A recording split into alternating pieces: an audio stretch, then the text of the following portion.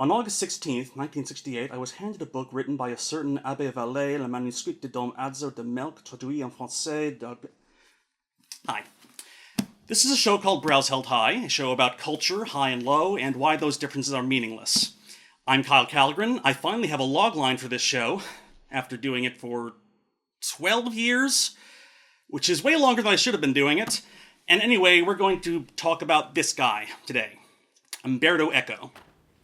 Good evening, as it was said by the Pope recently.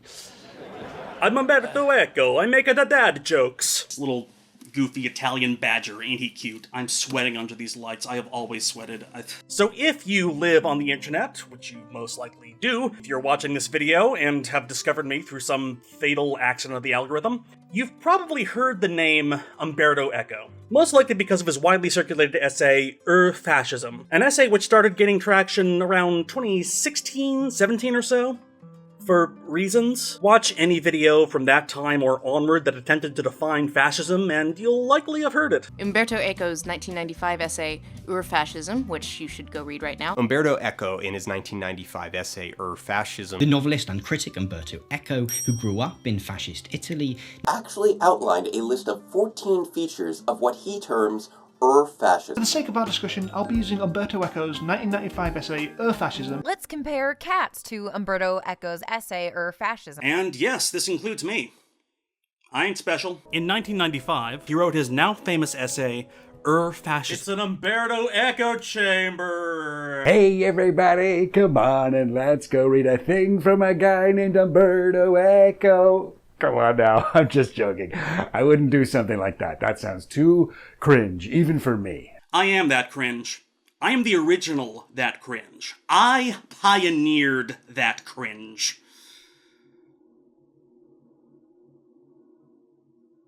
But anyway, as that essay was circulating, lots of people in the right-wingosphere dismissed Eco as merely a novelist. And yes, this is true. Umberto Eco was most famous not as a philosopher or as a career anti-fascist, but as a writer of popular thriller novels. Like this one. Umberto Eco's Il Nome della Rosa. Umberto Eco, wag! I do not speak Italian, but I can do the Mario. You know what it is? I'll tell you what it is. It's anti-Italian discrimination. So let's talk about his most popular novel. Because yes, he was a novelist, but also the themes in these novels are profoundly relevant to those of us who want to fight fascism. If you're, into that, if you're kinky, if you're still, on board with that, I know we've been doing this a while. So before we start, you need to know that this is not a video about what fascism means. This is a video about what meaning means.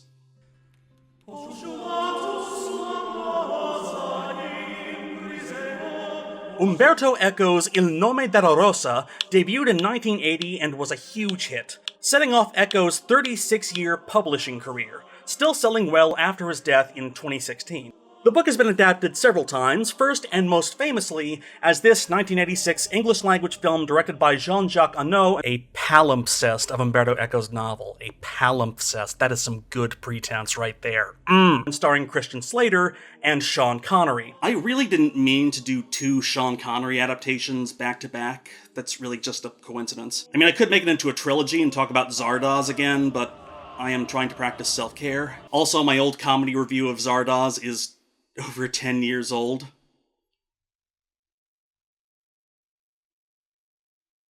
I should not put these bouts of existential crisis in the video. Or maybe you like that. Maybe you like to see me suffer, you sick freaks. But anyway, I will be using the Connery movie as a visual reference in this video because even though it's very difficult to find this movie in the US, it's still easier to reference this than any of the video games based on the novel or the miniseries made for Italian television starring John Turturro, which I'm sure is excellent, but also, what the fuck is Sundance now? I'm not paying for another streaming service. But anyway, the book and the film is about a German Franciscan monk named Adzo, who, at the end of his poor sinner's life, having reached the end of my poor sinner's life, recounts an episode in his youth. In the year of our Lord 1327, he went to visit an abbey in northern Italy with an older English monk, William of Baskerville, played by the extraordinary gentleman. Young Adzo is played by Christian Slater as the world's only hot monk. I wouldn't normally comment on Christian Slater's obvious hotness, except that he is surrounded by some amazingly gross guys. Look, just the only moisturized face in a sea of bustedness. Hey, movies, bring back weird-looking character actors. Look at this. Just cinema. It's just some A-plus gross old dudes. Pulcra inem sunt ubera, quae paulorum super eminent. Sicut vomitus sentio. That joke was brought to you by Google Translate, as most of my jokes are. And it should be mentioned that one of the gross dudes is Ron Perlman. Watch out for the Draco who cometh in futurum to gnaw on your anima. La morte suprenos. Contemplatum the apocalypse, Là-bas, nous avons il diavolo. A Ron Perlman who's speedrunning every Duolingo course at once. Or just normal Esperanto. Take that, Esperanto! Anyway, the two monks are there ostensibly to take part in a political debate. The subject being the then hot topic over whether or not Jesus Christ was poor. Did Christ, or did he not? Oh, the clothes that he wore. Because the novel takes place against the backdrop of a heretical movement, Catholic Church's words, not mine, started by a man named Fra Dulcino. His followers, the Dulcinites, were monks within the Catholic Church who preached that Jesus lived in poverty, and therefore Jesus' followers must also take a vow of poverty, which the church didn't like. Christ possessed a purse. You know it. Get Puccini! Our Lord commanded disciples on no less than 7 occasions. Basically the 14th century equivalent of a split fan base. But when they arrive, they discover that there's been a recent death, and as they stay, the death toll keeps mounting. This is a murder mystery. Surprise, you're watching Pushing Up Roses video. We are going to discover the name of the roses being pushed up. There's plenty of suspicious activity going around, including the heretics that they've sheltered, and a secret love affair between monks. Flesh can be tempted according to nature or against nature. Hey, love is love, Peter Parker's landlord. Rent? Among the sexual scandals of the Abbey, there's a system where girls from the local village come and exchange sexual favors for food, which leads to... Oh, wow. Oh, Christian Slater, wow. Oh, that is a full peen. Wow, damn. Damn, dude. Wait, hold up. Christian Slater, born 1969, movie came out in 1996. Damn it, movie, why are you doing this? Why are you showing me a teenager's dick? God damn it, stupid fuck. And I called him hot earlier. God, fuck. This is a whole plot point, and honestly, it's not a great one. Basically, the book and the movie stop in its tracks to get the one hot monk laid and then have a long theological discussion about why is girl... The scriptures are very clear. Proverbs warns us. Woman takes possession of a man's precious soul. Ecclesiastes tells us, more bitter than death is woman. That's something I could easily imagine Sean Connery saying in real life. Difficult to convince myself that God would have introduced such a foul being into creation without endowing her with some virtues. Sean Connery, putting the OG in misogyny. What do you think, Master? Well, of course, I don't have the benefit of your experience. Okay, so what's more damaging for a young man's mental health? Getting the talk from Sean Connery, or getting the talk from a virgin Sean Connery? As more and more monks pile up, a few begin to believe that murders coincide with the Book of Revelations. With the second trumpet, the sea became blood. And that not only are they witnessing the signs of a murder in their midst, but the very signs of the end times. The prophecy of the apocalypse. Third trumpet, a burning star will fall in fountain of water. Do not squander the last 7 days! But the sex stuff, and the apocalypse stuff, and the Dulcinite heresy stuff are all ultimately red herrings. The real intrigue lies in the library itself. William correctly deduces that the center of the mystery lies in books. The Beatus of Lebanon. That, Hadjo, is a masterpiece. Honestly, Sean Connery should have played more nerds. I mean, this is like a very Henry Jones Sr. kind of performance here, and I am so here for it. We're in one of the greatest libraries in all of Christendom.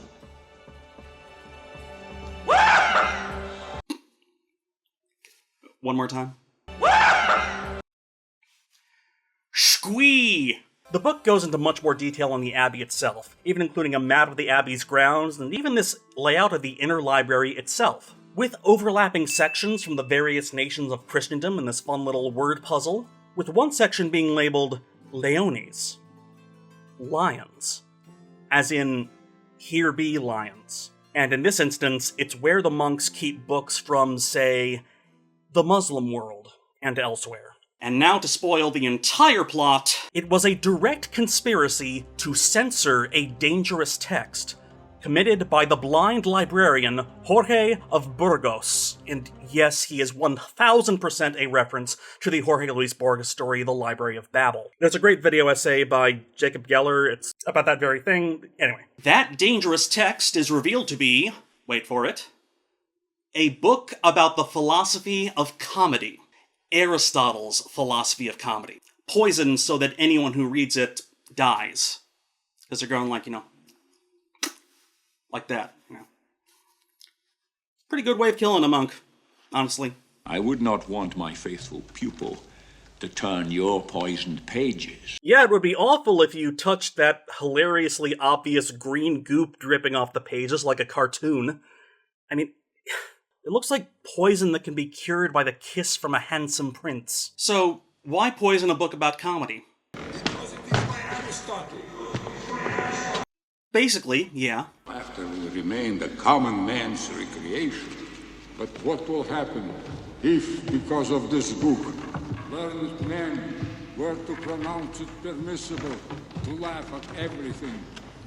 Can we laugh at God? Do you want Ricky Gervais? Because that's how you get Ricky Gervais. The movie simplifies this down from a much longer point being made. In the novel, Jorge of Burgos says, "But if one day somebody, brandishing the words of the philosopher and therefore speaking as a philosopher, were to raise the weapon of laughter to the condition of subtle weapon, if the rhetoric of conviction were replaced by the rhetoric of mockery, if the topics of the patient construction of the images of redemption were to be replaced by the topics of the impatient dismantling and upsetting of every holy and venerable image, oh, that day even you, William, and all your knowledge would be swept away." Yes, today we are canceling the concept of comedy. Aristotle gets a Netflix comedy special where the thumbnail's like his face and then duct tape and cancelled written all over it. And ultimately, Jorge gets his wish, as not only Aristotle's Poetics, but the entire library burns down. The mystery isn't really solved, justice isn't really brought to anyone, and ultimately, the entire worldview of the main characters is destroyed. The novel is much more bleak than the film. The film ends with voiceover of Adzo describing how he and William never saw each other, and ends with him pining for the one time he got laid. She was the only earthly love of my life. Yet I never knew, nor ever learned, her name. Why is girl? The book doesn't just end with the greatest library in Christendom burning down. It ends with the central detective losing his faith in his ability to detect. "But master," I ventured, sorrowfully, "you speak like this now because you are wounded in the depths of your spirit. Jorge has won, but you have defeated Jorge because you exposed his plot." "There was no plot," William said. No. No, I'm not doing a Connery voice from this guy. I need to de-Connorize this guy. "There was no plot," William said, "and I discovered it by mistake." No. "There was no plot!" "There was no plot," William said, "and I discovered it by mistake." The assertion was self-contradictory, and I couldn't decide whether William really wanted it to be. And then he lists all the clues that William found throughout the novel, and I'm truncating this, I could go on listing all the true things you discovered with the help of your learning. I have never doubted the truth of signs, Adzo.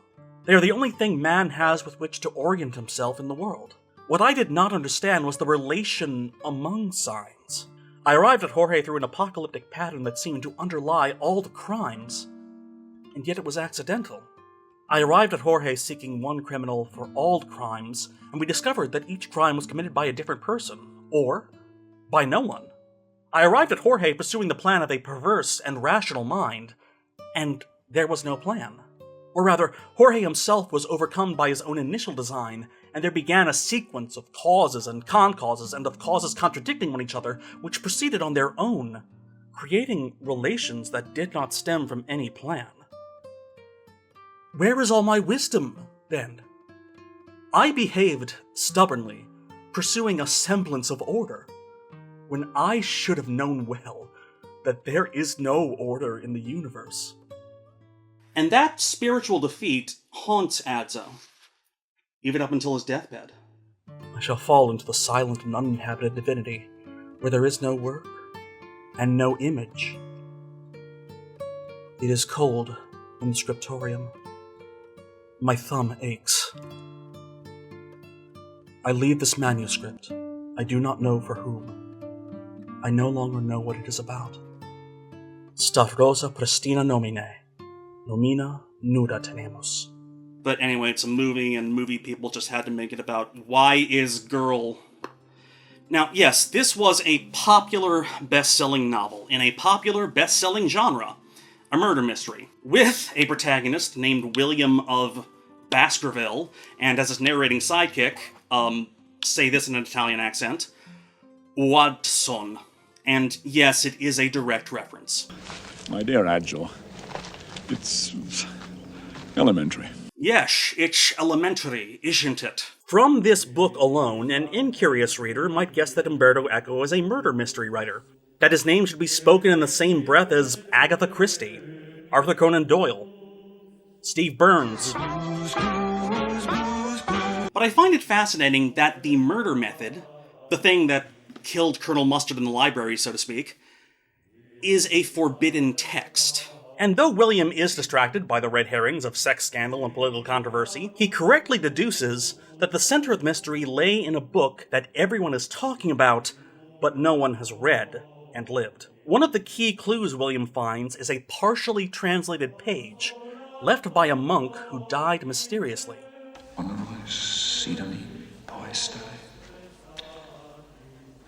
From the novel. Or do you have another hypothesis?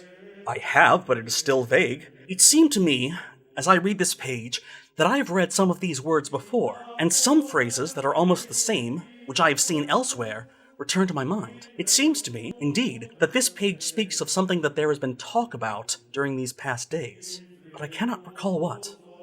I must think it over. Perhaps I'll have to read other books. Why? To know what one book says, you must read others? At times, this can be so. Often, books speak of other books.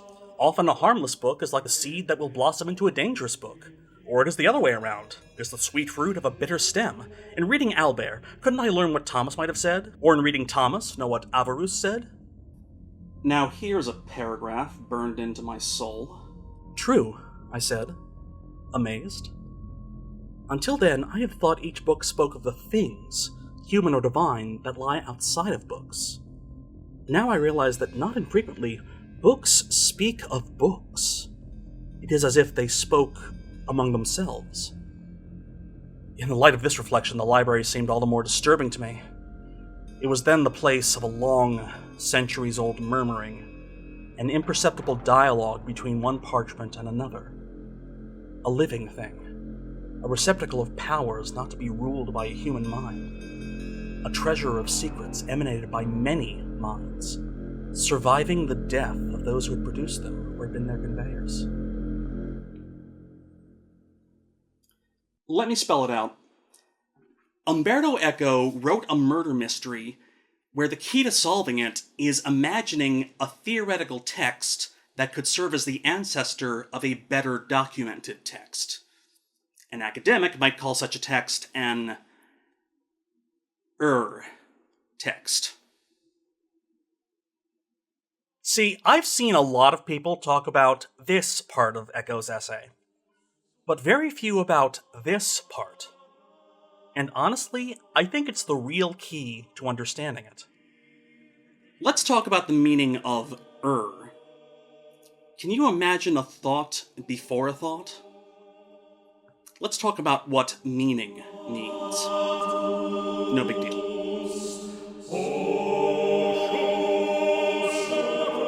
Okay, Semiotics. Huge topic about a very simple concept.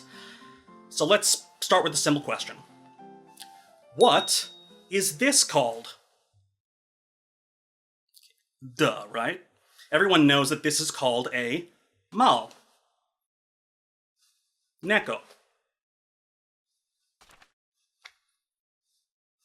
Biladi, Paka, Goyangi, Gato, Mashka, Gonmeo, Kit, Kot, Cat. Cat! Obviously cat.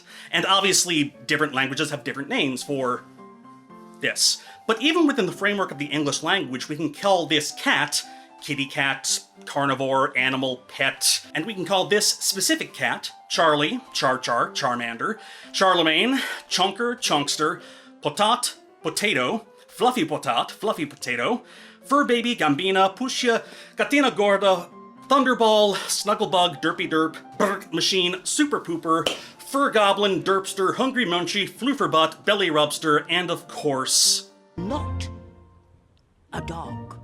That's a lot of different names for this one good floof. Good floof, that's another one. But anyone with a pet knows that pets accumulate many names. There's the name that you call them at first, and then there are the hundreds of variations of those names that accumulate over time, breeding new names. The inverse is just as equally true. One name can be used for many different things, like the word fascist. In Ur-Fascism, Eco himself points out that the word fascist in popular use is equally arbitrary. Americans who fought in the Spanish Civil War quite regularly called their enemies fascists, despite their enemies being the Phalangists. Why was an expression like fascist pig used by American radicals to refer to a cop who did not approve of their smoking habits? Why didn't they say Kagulard pig, Phalangist pig, Ustashi pig, Kisling pig, Nazi pig, MAGA pig? You ever hear that argument, fascism has no meaning anymore because everyone uses it to say so many different things? Is there any word in any language that doesn't mean many different things? The difficult truth is that there is no direct relationship between this thing above the line and this thing below the line. The signified bears an arbitrary relationship with the signifier. This diagram was used in Swiss linguist Ferdinand de Saussure's landmark 1916 posthumously published book, Course in General Linguistics. The signifier refers to the sound, image, smell, whatever that invokes the concept of the signified. In fact, even this picture I got of my brother's cat should be below the line, since this image is also the signifier of the signified object of my brother's cat. Now, none of these names bear any direct relation to the signified object, but only gain meaning by their difference from other signifiers. We call this Charlie to differentiate it from microwave, the Commonwealth of Massachusetts, or my brother's other cat, Carl. Saussure's model creates two separate planes of meaning, one within language and one outside of it, and never the twain shall meet. This idea would be incredibly influential on many philosophers, including the psychoanalysis of Jacques Lacan. Baudrillard's Desert of the Real arguably sprang from this. It influenced Claude Levi-Strauss, pretty much the entire school of structuralism, and of course, one of the greatest philosophers of language who ever lived, George Carlin. We have thoughts, but thoughts are fluid, you know.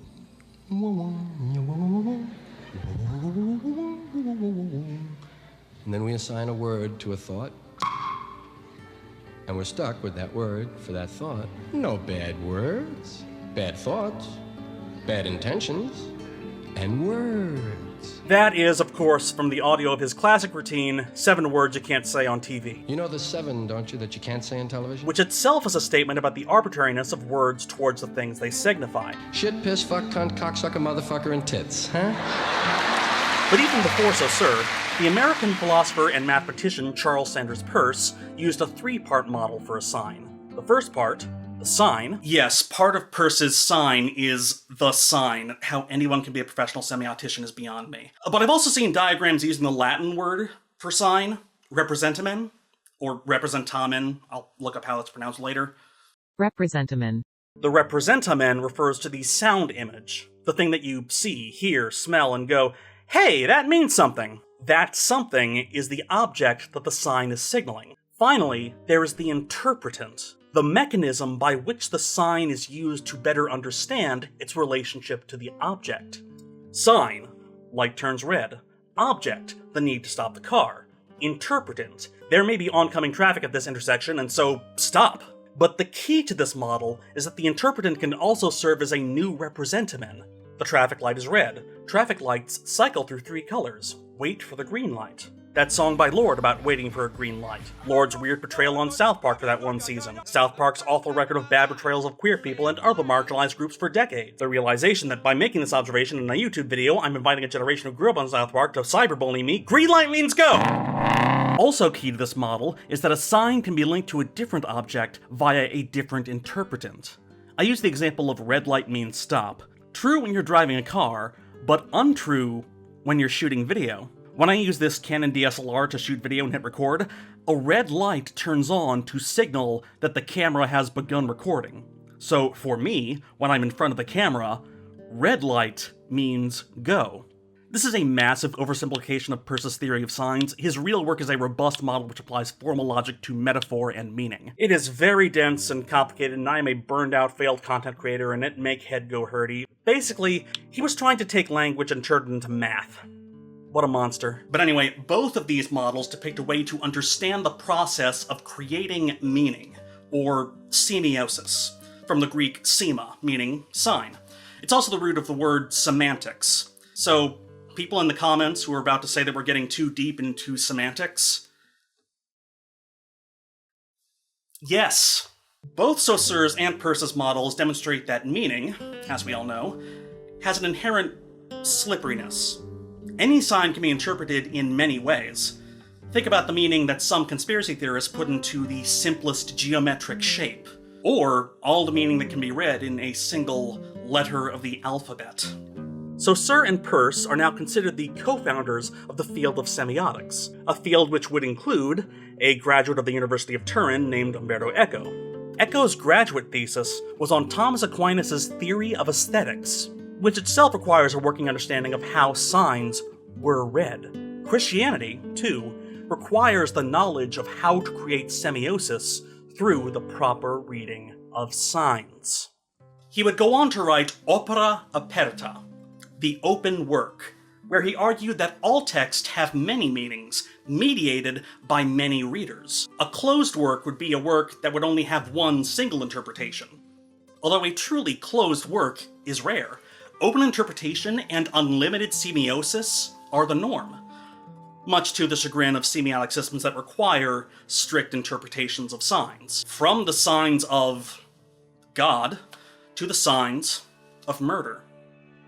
And yes, even murder mysteries rely on the accurate interpretation of signs. And though I joked about comparing him to Arthur Conan Doyle, in the 80s, Eco himself would be the co-editor of an anthology of writing about the application of semiotics to detective stories. The anthology was titled The Sign of the Three: Dupin, Holmes, Peirce. Eco's own work in semiotics has been to elucidate and popularize the principles of other semioticians, which is probably why one of my patrons, once seeing the Patreon poll with Eco leading, said, "Why is Eco winning? When you buy post-structuralism on Wish.com, what you get is Eco."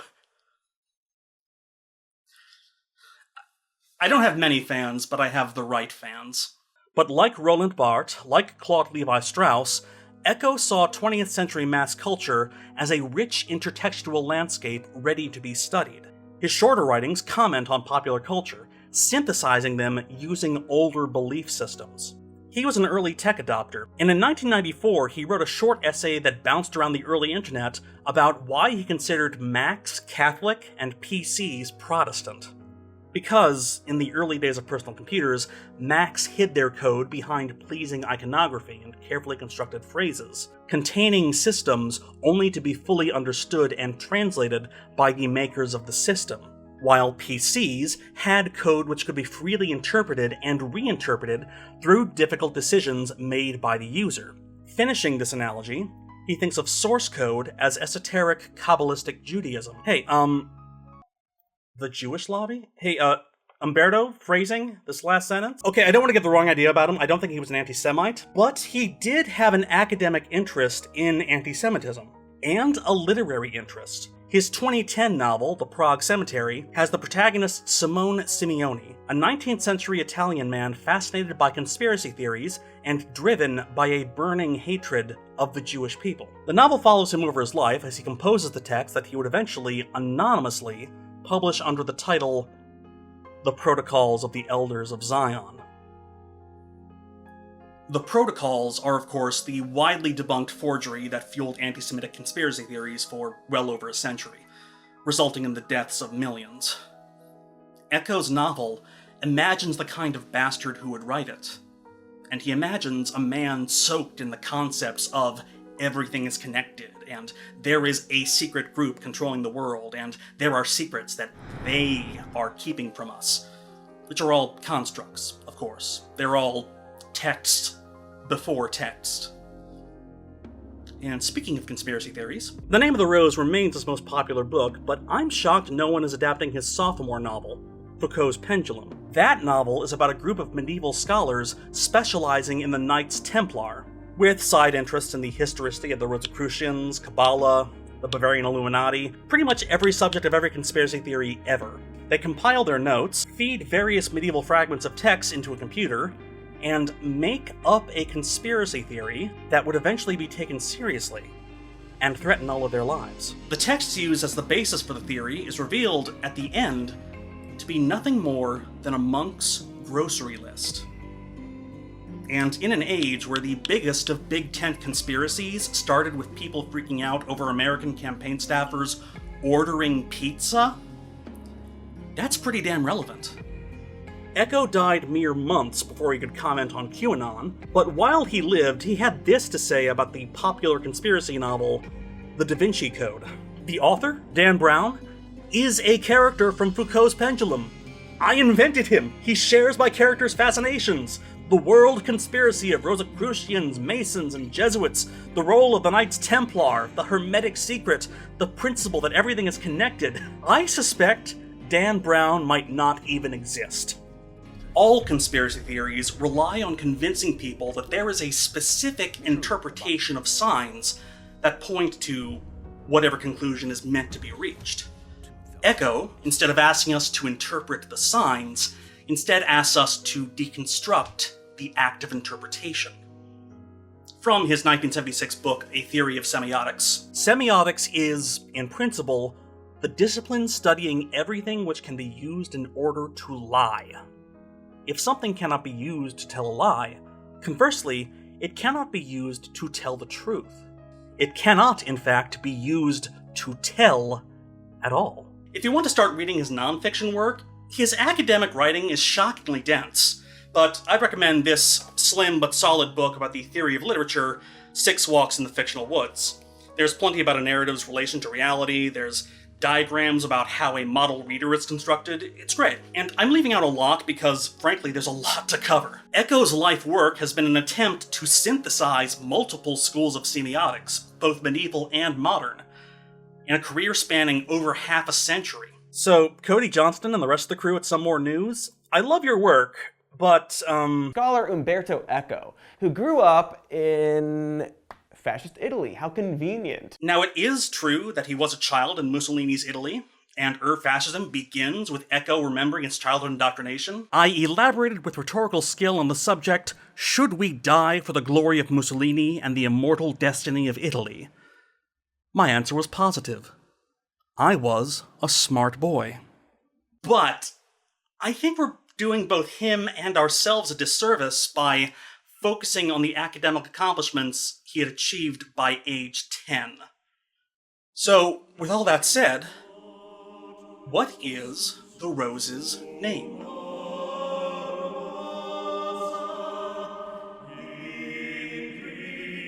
And we're back to this setup. So in that one essay that everyone overquotes, I think everyone's focusing on the list of traits and not the methodology of choosing those traits.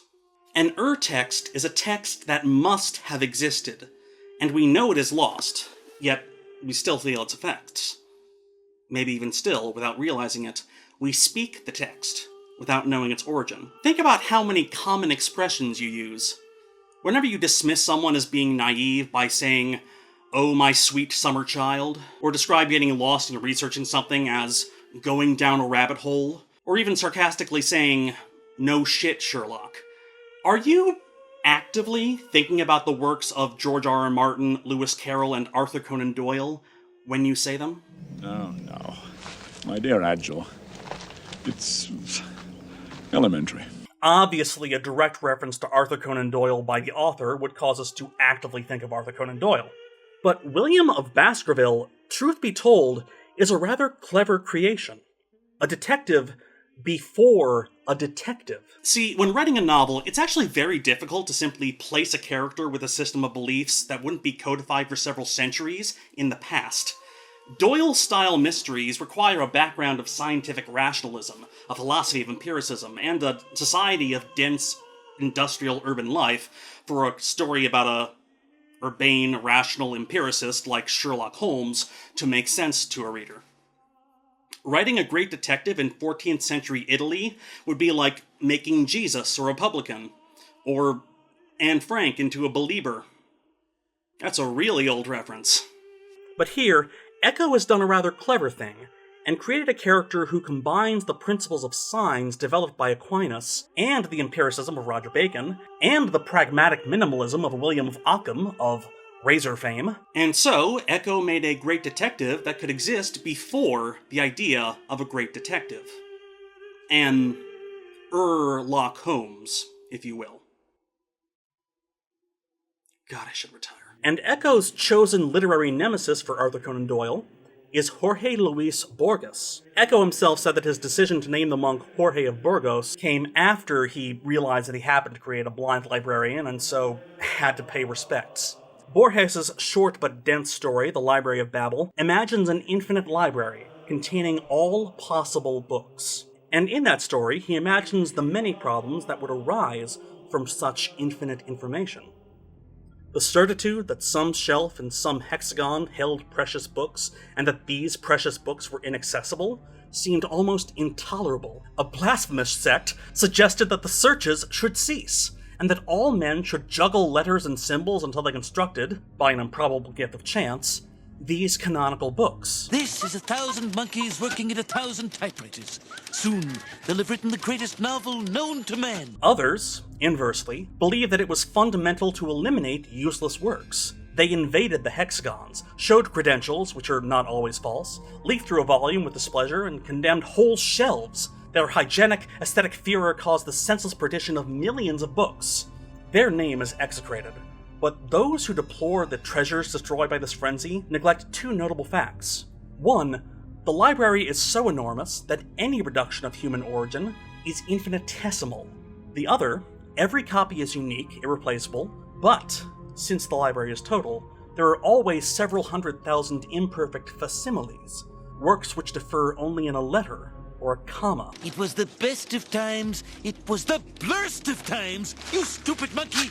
Thus, we witness the development of an art not unknown in the centuries of manuscript culture, by which acquires central importance in the culture of print the ars excerpendi, that is, the art of compiling abstracts of summaries as to retain only the knowledge we judge it as indispensable, and to let marginal information fall by the wayside. Even in a world of infinite information, that information must be navigated in order to be understood. Each representamen requires a new interpretant to determine its relationship to an object.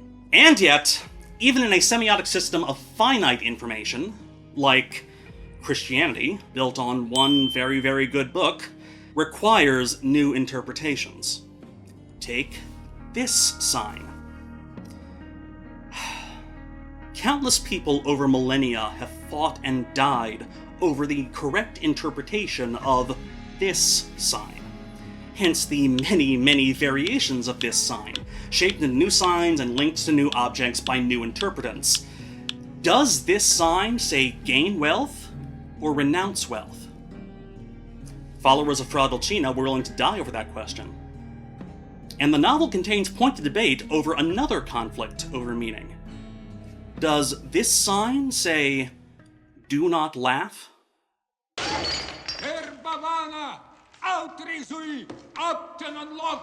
Laughter is a devilish wind, which deforms the lineaments of the face and makes men look like monkeys. Monkeys do not laugh. Laughter is particular to man. As a sin. And yes, this scene in the movie practically gives away the whole plot. Christ never laughed. Can we be so sure? There is nothing in the scriptures to say that he did. And there's nothing in the scriptures to say that he did not. And Jorge is technically right. In the Gospels, Jesus is described as getting angry, crying, but never laughing. In Jorge's interpretation of Scripture, and his idea of a functioning church, laughter has no place. Hence his suppression of a philosophy of comedy. Semiosis, again, is a political act, and even though it won't suppress the object entirely, it will prevent the object from being interpreted. And Aristotle's lost book on the poetics of comedy is a real lost text. And of course, it remains influential, even if it isn't recognized by the authorities that be. In fact, a whole chapter of the book is devoted to a vision Adzo has during a daily prayer. Adzo imagines this great feast where all these biblical characters get together and just have an orgy in, like, the antique term. Like, sex is happening, but also there's this great feast along with it. There are descriptions of kissing people on the butt while people take apart a roast calf. Eve gets a rib, Jonah gets a belly, Samson the jaw. The head is split between Holofernes and John the Baptist. For seasoning, Jesus passes around a sponge filled with vinegar. Lot's wife passes the salt. You get it. And the whole chapter goes on like that, just a series of biblical in-jokes in this deeply sacrilegious story told as a random vision that came to Adzo during Mass. Then Adzo tells his vision to William, and William recognizes it. It is the Coena Cipriani. I remain puzzled briefly. Then I remembered. He was right! Perhaps I'd forgotten the title, but what adult monk or unruly young novice has not smiled or laughed over the various versions, in prose or rhyme, of this story, which belongs to the tradition of the Paschal season and the Iocum Monachorum. My Latin is flawless. Though the work is banned or execrated by the more austere among novice masters, there is still not a convent in which the monks have not whispered it to one another, variously condensed and revised, while some piously copied it, declaring that behind a veil of mirth it concealed secret moral lessons, and others encouraged its circulation because, they said, through its jesting, the young could more easily commit to memory certain episodes of sacred history. The Feast of Cyprian is a real text, written around the year 400 Common Era, and yes, even though it is a non-canonical text, its influence can still be felt. And such is the case with all lost works. For example, after Blip TV went down, the original upload of my all-singing, all-dancing review of Nicholas Roeg's The Man Who Fell to Earth has been lost to oblivion, and I'm certainly not wild about the thought of re-uploading it to this channel, for various reasons. But it is still referenced in canon here on YouTube.com in Doug Walker's musical review of Moulin Rouge. Did you know that I did the first musical review on this site, right? Brows Held High, The Man Who Fell to Earth. I gave Doug Walker the idea to do musical videos. I said I pioneered that cringe and you thought I was playing. Without a multitude of points of reference, our capability to describe the world is then limited. The same signs, out of necessity, can be used to describe many different objects. Let's go back to that scene where Adzo does a sex. In the book, in that same chapter, Adzo describes a memory of seeing a Dulcinite, Brother Michael, being burned as a heretic. How he refused to recant, how he was willing to die for a truth within him. Adzo is so moved by this, he recalls a passage from St. Hildegard of Bingen. The flame consists of a splendid clarity, of an unusual vigor, and of an igneous ardor, but possesses the splendid clarity that it may illuminate, and the igneous ardor that it may burn. Adzo describes that memory right before describing the memory of the first, and only, time he has sex.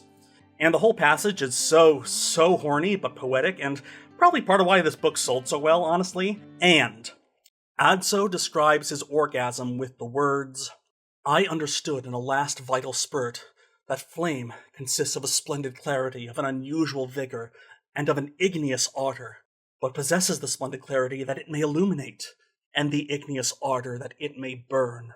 And then Adso, who, you'll recall, is writing this account down as an old man, takes a step back and realizes that he used the same words to describe both his brother's divine ecstasy and his own sexual ecstasy. Have I perhaps blasphemed? Then?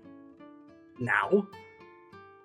What was similar in Michael's desire for death, in the transport I felt at the sight of the flame consuming him, in the desire for carnal union I felt with the girl, in the mystic shame with which I translated it allegorically, and in the desire for joyous annihilation that moved the saint to die in his own love, in order to live longer and eternally? Is it possible that things so equivocal can be said in such a univocal way? But if love of the flame and of the abyss are the metaphor for the love of God, can they be the metaphor for love of death and love of sin? Yes, as the lion and the serpent stand for both Christ and the devil. The fact is that correct interpretation can be established only on the authority of the fathers, and in the case that torments me, I have no auctoritas to which my obedient mind can refer, and I burn in doubt. And again, the image of fire appears to define the void of the truth, and of the fullness of the error that annihilate me. What is happening, O Lord, in my spirit? Now that I allow myself to be gripped by the vortex of memories, and I conflagrate different times at once, as if I were to manipulate the order of the stars and the sequence of their celestial movements. Certainly, I am overstepping the boundaries of my sinful and sick intelligence. Fire. Fire has no meaning anymore, because everyone uses it to mean so many different things. But that just makes it so much harder to be a firefighter. You see, the truth is, most of the world is like Ron Perlman. Good morning, Governor DeSantis. Don't say gay. Don't fucking say, you fucking Nazi pig. Say, you piece of shit. Most of the world should be like Ron Perlman. No, most of the world is like Ron Perlman in this movie. Dolcinito eretico, ma les hommes du penitenzia. Ich am a monk. Sancti benedicti. Sancti benedicti. What language was he speaking? All languages. And none.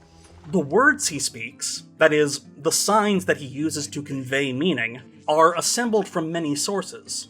A conglomerate of all the signs accumulated over a life, without regard to the origin of those signs or the signs' relationship to other signs within the same semiotic system. And in the book and film, he is a heretic, and treated as such. He attempts to use a folk superstition to make a love spell. It's a whole thing. And because of the signs, he is accused of witchcraft by Salieri, who I forgot to mention is in this movie, and burned at the stake with Pretty Lady. How many times have I seen these same ghastly objects of devil worship? The black cockerel and the black cat!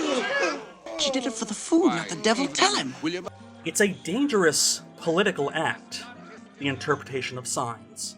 Signs, generally, mean what we say they mean. And so when a reader looks at a text, how confident can they really be when they say that a text might contain the signs of, say, heresy, or treason, or Marxism, critical race theory, woke ideology, or whatever new interpretant is being used to link a sign to an object? Censorship, too, is an act of semiosis, created by linking one sign to one object for one interpretant, and instructing the reader with the idea, hic sunt leones. In the information age, our age, when libraries are available in the palm of your hand, semiosis has become an act of warfare. This isn't an insurrection, it's a peaceful protest. This isn't an invasion, It's the process of denazification. People are going after white supremacists. But what does white supremacy even mean? It's about stopping human trafficking. He was acting in self-defense. It's not censorship. It's about stopping groomers. It's about the rights of the unborn. We should only be protecting rights that are deeply rooted in national identity. All that stuff. We are in an age where words are being used not to describe reality, but create reality. But then again, we have always lived in that age. In the beginning was the Word. The good of a book lies in its being read. A book is made up of signs that speak of other signs, which in their turn speak of things. Without an eye to read them, a book contains signs that produce no concepts. Therefore, it is dumb. This library was perhaps born to save the books it houses, but now it lives to bury them. This is why it has become a sink of iniquity. Signs are tools. Meaning is constructed with signs. Stop asking what the signs mean, and start asking what the signs do. So what is the rose's name? Well, no one in the book talks about roses. Ever. Its only mention is in the final line, in Latin. Stat rosa pristina nomine, nomina nuda tenemus. A rose stands by its original name. Naked names are what we have. In the postscript to the novel, Eco attributes this line to the 12th century Benedictine monk Bernard of Morlaix, also called Bernard of Cluny. The idea of calling my book The Name of the Rose came to me virtually by chance, and I liked it because the rose is a symbolic figure so rich in meanings. Dante's mystic rose, and go, lovely rose, the wars of the roses, rose thou art sick, too many rings around the rosy, a rose by any other name, a rose, is a rose, the Rosicrucians. And if I can add to that, the rose has been the symbol for socialist parties around the world since the late 1800s. There's the Nazi-era anti-fascist group, the White Rose, and there's the 21st century anti-vaxxer group, the White Rose. There's Charles Foster Kane's Rosebud. I could just recite the entire page for rose symbolism. The title rightly disoriented the reader, who was unable to choose just one interpretation. And even if he were to catch the possible nominalist readings of the concluding verse, he would come to them only at the end, having previously made God only knows what other choices. A title must muddle the reader's ideas, not regiment them. Reality is shaped by the way it is described. What's in a name? That which we call fascism by any other name would smell as foul. And that is the difficulty presented by the essay Ur-Fascism. It's not simply a checklist. It is a difficult task to describe not only the fascisms we know, but the fascisms that could exist, the fascisms that can be created from lost text. An attempt to describe the fascisms that may yet exist.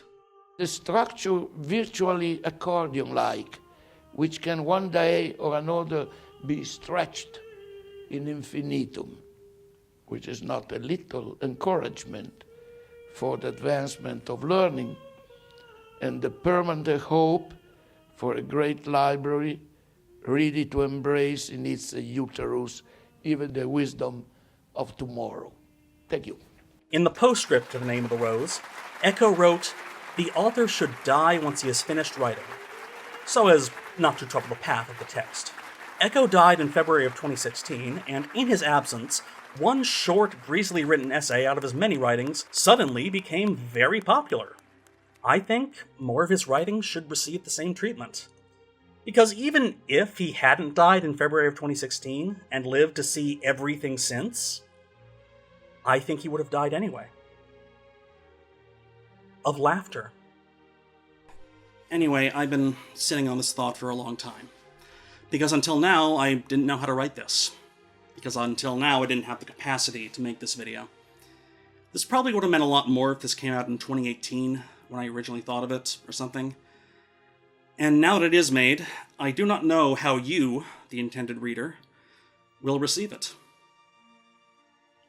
It is hot in this studio apartment. I do not know what point I am attempting to make. I no longer know why I made this video, nor whom I made it for. Sta Rosa pristina nomine, nomina nuda tenemus. Actually, that's not true at all. This video was made possible by my patrons, who voted in a poll on the topic of what my next video should be.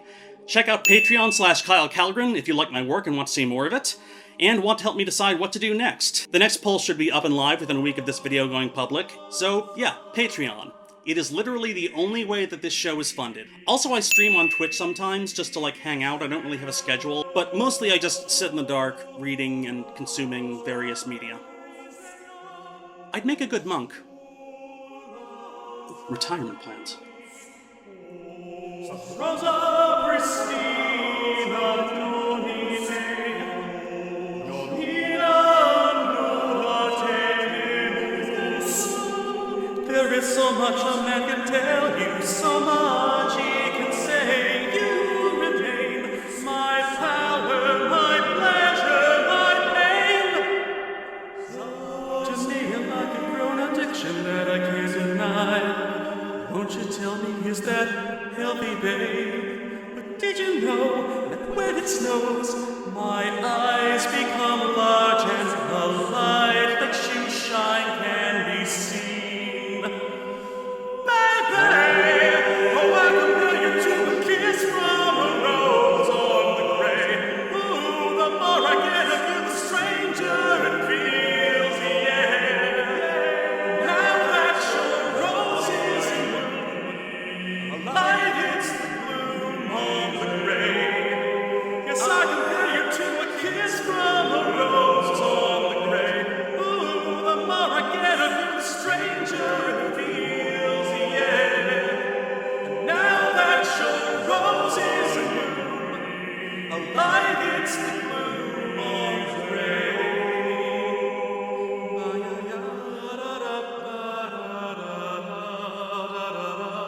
Ba-ya-ya.